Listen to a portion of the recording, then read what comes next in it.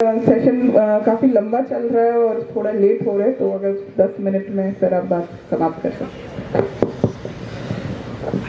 शुक्रिया साथी।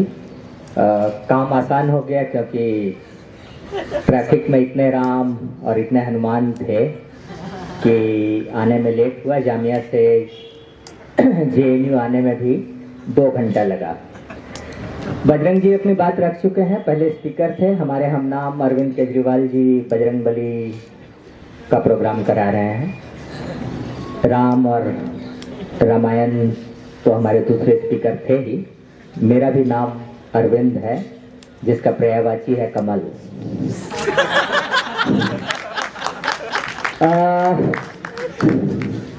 अच्छा लगता है कि जेएनयू के इस वादी में कमल खिलना मुश्किल है। कहते हैं कि कमल कीचड़ में खिलता है और जेएनयू में कीचड़ कम है क्योंकि पानी ही कम है। पर सही कह रहे हैं रामायण जी कि कीचड़ तो कहीं भी फैलाया जाता है और आजकल आर्टिफिशियल इंटेलिजेंस का दौर है। जनवादी और वामपंथी छात्र संगठन के साथ रूबरू रहे हैं, लेकिन इसी जेएनयू में पढ़ते हुए जो मेरा रुझान हुआ और जब मैंने ब्लैक पैंथर्स और दलित पैंथर्स के ऊपर पीएचडी की, मुझे पता है कि आज एक स्पेशल सेशन है जब कविताएं ही पढ़ेंगे और वो कवि और वो कवित्री जो कविताएं लिखते हैं वो पढ़ेंगे। पर मुझे कविता पढ़ने का शौक है तो कविता से शुरू करता हूँ। मलखान सिंह की कविता है मुझे गुस्सा आता है, और मुझे सच में गुस्सा आता है और इसलिए मैंने मलखान सिंह की ये कविता चुनी है। मेरी माँ मैला कमाती थी, बाप बेगार करता था और मैं मेहनताने में मिली जूठन को इकट्ठा करता था, खाता था। आज बदलाव इतना आया है कि जोरू मैला कमाने गई है, बेटा स्कूल गया है, मैं कविता लिख रहा हूँ। इस तथ्य को मैंने बचपन में ही जान लिया था कि पढ़ने लिखने से कुजात सुजात नहीं हो जाता, कि पेट और पूछ में एक गहरा संबंध है, कि पेट के लिए रोटी जरूरी है और रोटी के लिए पूछ हिलाना उतना ही जरूरी है। इसलिए जब किसी बात पर मेरे बेटे को पूछ ताने गुर्राते देखता हूं तो मुझे गुस्सा आता है, साथ ही साथ डर भी लगता है, क्योंकि गुर्राने का सीधा सपाट अर्थ है बगावत। लेकिन मुझे बगावत करने से डर नहीं लगता है, क्योंकि मुझे पता है कि जेएनयू के छात्र और छात्राएं यदि बगावत नहीं करेंगे तो हमारे जीने का कोई मतलब नहीं है। क्योंकि आज सुबह मौसम बहुत उदास था और हमारे आते आते और जब ये प्रोग्राम चल रहा है तो लगता है कि मौसम अच्छा है, कि ये सुबह कभी तो आएगी, ये सुबह हम ही से आएगी। साथियों, दलित लिटरेचर पर बात करते हुए मैं सोचता हूँ और बारहा सोचता हूँ, ये कवि विद्रोही का अक्सर इसी जगह जब हम लोग कोई प्रोग्राम करते थे तो उनकी एक कविता की ये पंक्ति है कि मैं बारहा सोचता हूँ, और मैं हम सबको बारहा सोचना चाहिए और बार बार सोचना चाहिए। Uncle Tom's cabin Harrier Beecher store ने लिखा है और हमें पता है कि वो एक ऐसा नॉवेल था जिसने अमेरिका में स्लेवरी के खिलाफ एक आंदोलन खड़ा किया। लिटरेचर की वो ताकत तो है। और जब मैं यहाँ आ रहा था इस टेफला और टेफला के अंदर यदि आप देखेंगे तो कॉमरेड चंदू का भी एक पोर्ट्रेट है, और आप में से मुझे पता है ढेर सारे लोग 1 मिनट का मौन देखे होंगे और उसमें एक प्रेसिडेंशियल स्पीच में वो कहते हैं कि the coming generations will ask you where were you when the new social forces were being unleashed.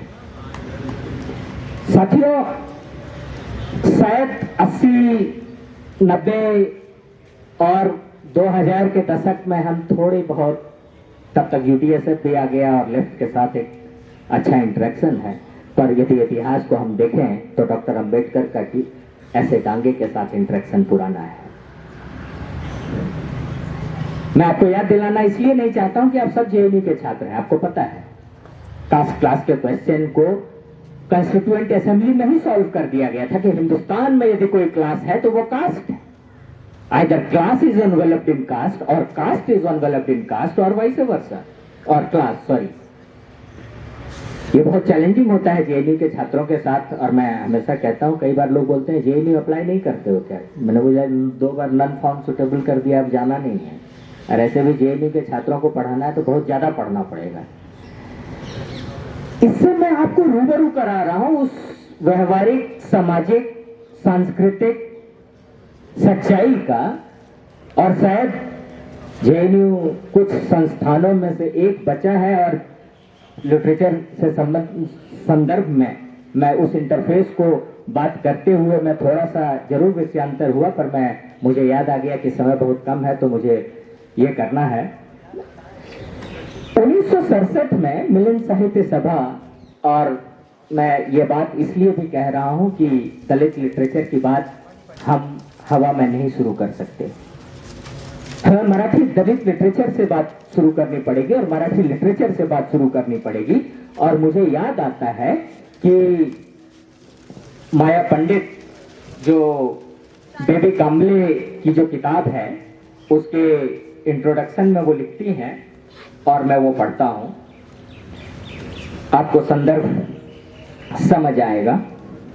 She writes, and I quote, "A singularly important aspect of Jine Amucha, Baby Kamble's Dalit feminist critique of patriarchy", जो उनकी अपनी autobiography है जिसका translation माया पंडित ने किया है, जो इफ्लू में पढ़ाती थी, वो लिखती हैं, "She graphically describes the physical and psychological violence women have to undergo in both public and private spheres.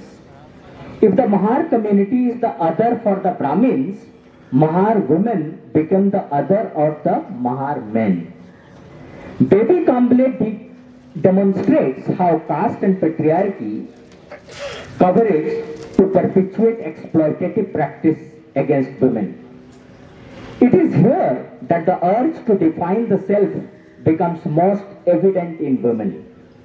Baby Kamble shows the remarkable dignity and resilience of the Mahar women in their struggle through which they have emerged as agents of transformative community.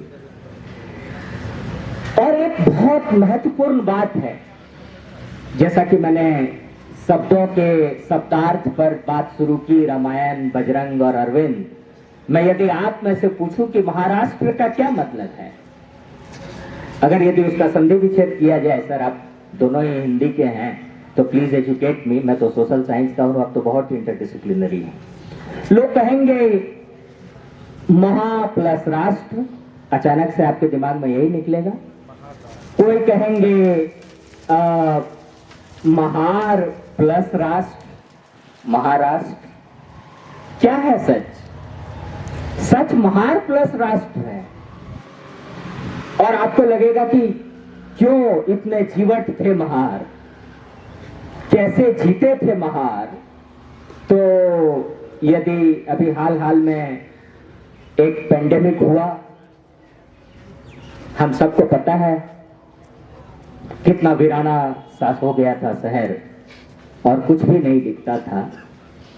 तो आपको पता है सावित्रीबाई फूले भी plague और वो किस तरीके से फूले दंपति ने ये किया। और महाराष्ट्र में एपिडेमिक्स, अगर मैं पेंडेमिक ना भी कहूं, तो अक्सर आते थे।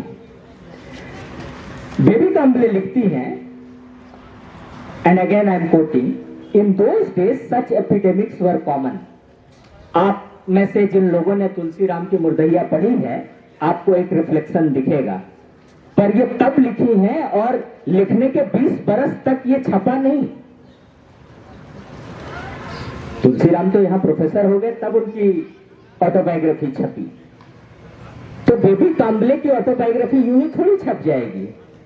आप में से सब लोग के सुपरवाइजर बोलते हैं कितना चैप्टर लिखे, और फिर आप खुद अपने आप को देखते होगे, लगता है कि यार लिखना मुश्किल होता है।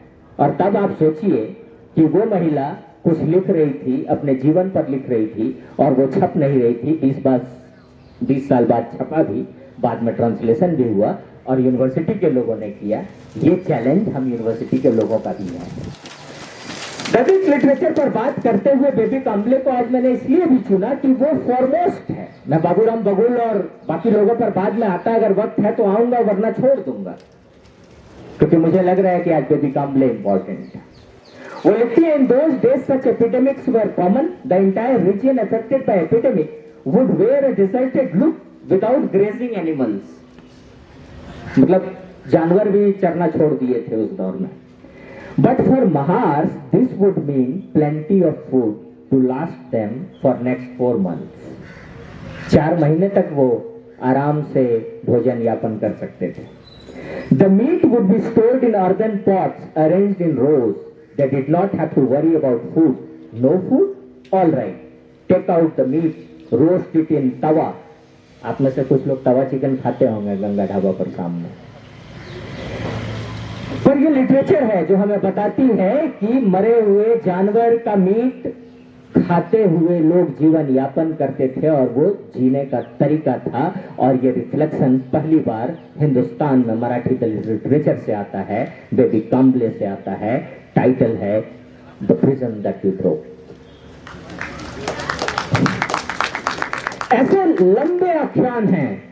फिर से मैं समय बहुत कम है और पूरी बात करनी थी नामदेव धसाल, राजा ढाले, और सबसे चैलेंजिंग होता है यही, जैसे पास कहते हैं ना सबसे खतरनाक होता है सपनों का मर जाना, उस तरीके से सबसे बहुत चैलेंजिंग होता है उस विषय पर बोलना जिस पर आपने पीएचडी की हो, क्योंकि वो आप 4, 5, 6 साल में करते हैं और 5, 7, 10, 20 मिनट में आप कैसे उस पर बात कर पाएंगे। फिर मैं वो आगे क्या लिखती हैं, during epidemics there would be many animals lying dead, the pens all over the various settlements and localities. The carcasses of these animals would not, giving out such a foul stench that people in the house found it difficult to even drink water. They would ask the Mahars to carry the carcasses away. When such summons came, the joy of Mahars knew no bounds. खुश होते थे वो, दुखी नहीं होते थे। अभी हाल में 2014 के लोकसभा चुनाव के दौरान रामायण जी बिहार से एक खबर आई, सासाराम बाबू जगजीवन राम का क्षेत्र है, वहां का जो मेन चौक है उस चौक पर एक कुत्ता मर गया। अब सवाल है कि सासाराम के उस चौक से उस मरे हुए कुत्ते को उठाएगा कौन?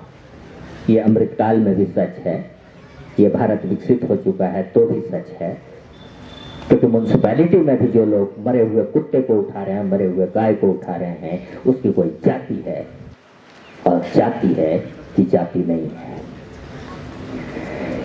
Everybody shouted out of sharing good news with others. The Mahar men would gather in front of the chavadi and set off with knives, leaving word of their wives to hurry after them with huge baskets. All the women and children would rush there, armed with baskets and can containers. Women carried the large baskets on their heads while children carried the smaller ones. महिलाएं और बच्चे मरे हुए जानवर को इकट्ठा कर रहे हैं, खा रहे हैं।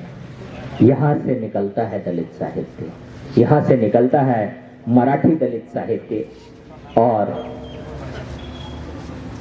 उसके फॉर्म्स पे, कंटेंट पे मुझे पता नहीं, मैं बजरंग सर को नहीं सुन पाया क्योंकि वो अथॉरिटी हैं और उन्होंने मलयाली दलित साहित्य, बंगाली दलित साहित्य और बहुत बड़े जॉनर पे काम किया है। या फिर मैं इस बात को लेकर माफी मांग लेता हूं कि फिर कभी, लेकिन सवाल जो मैंने छोड़ा था कि डॉक्टर अंबेडकर और ऐसे डांगे, क्योंकि एक लेफ्ट छात्र संगठन के प्लेटफॉर्म से बात करते हुए यदि दलित क्वेश्चन और दलित लिटरेचर के क्वेश्चन को यदि हम एड्रेस करें तो मुझे याद आता है सुदामा पांडे धुमेरी की कविता, मगर इसका मतलब यह नहीं है कि मुझे कोई गलत फहमी है। मुझे हर वक्त यह ख्याल रहता है कि जूते और पेशे के बीच, अभी मलखान सिंह की कविता में आपको याद होगा पेट और पूंछ के बीच, तो ये कंपैरेटिव में ड्रॉ कर रहा हूं जो धूमिल लिखते हैं कि मगर इसका मतलब यह नहीं है कि मुझे गलतफहमी है, मुझे हर वक्त यह ख्याल रहता है कि जूते और पेशे के बीच कहीं न कहीं एक अदद आदमी है जिस पर टांके पड़ते हैं और जूते से झांकती हुई उंगली की चोट छाती पर हथौड़े की तरह सहता है। बहुत शुक्रिया।